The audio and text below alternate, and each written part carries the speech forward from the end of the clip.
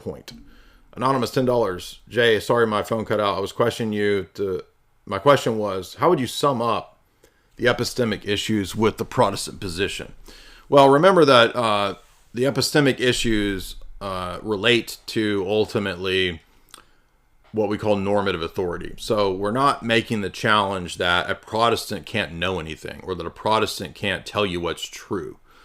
That's a bad argument. A lot of times Roman Catholics, for example, when they debate with a Protestant, they'll say something like, well, you don't have the Pope, so you don't know what doctrines are true. This is a really low-tier dumb argument because it just moves the problem back a step that assumes that you're interpreting the documents of the papacy correctly, right? So in other words, a Roman Catholic will say something like, you're a Protestant reading the Bible. That's your private interpretation. How do you know that interpretation is correct? That's why we have the Pope.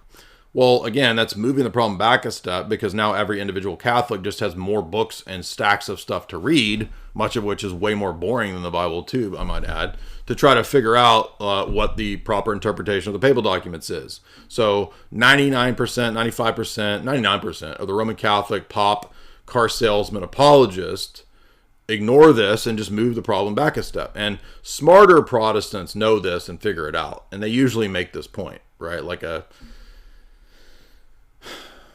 I don't know who is a smarter Protestant. I don't even know if I can even say that there are smarter Protestants anymore. Maybe there's not. I'm being silly, but if there were a smarter Protestant, they would say something like, maybe James White even said this at one point, who I don't have any respect for or care for at all, but I think he did make this point one time, like, well, don't you have to interpret the Protestant documents? The papal document. So that's just a really bad objection if you know epistemology. So I think a better objection to the Protestant position is normative authority, which is the point that, well, did Jesus actually leave any body of people that have authority to bind anyone's interpretation? And that's the better way to frame it against a Protestant, because every Protestant believes that they have right of private judgment. Nobody can bind their conscience. That's a classical Reformation teaching. Freedom of conscience, freedom of worship. Nobody can tell me my reading of the Bible is wrong. Well, but did Jesus provide a means to solve disputes when there were disagreements? It's kind of like, well, there's the Constitution, but you need a body of people to interpret it, hence the Supreme Court.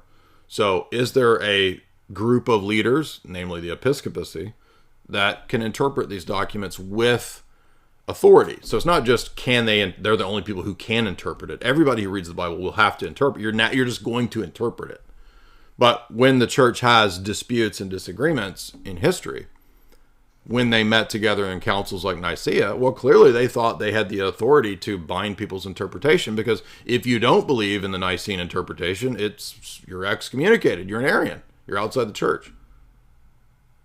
But in the realm of Protestantism, it's premised on, in the classical Reformation doctrine, the right of private interpretation. Nobody has the authority to bind anyone to that interpretation. So, hence the chaos. That's the better way, I think, to frame the debate with a Protestant. Classical, do you want to try again? Hey, Jamie, could you make me a coffee? Jamie? Jamie! She came in here and I missed her.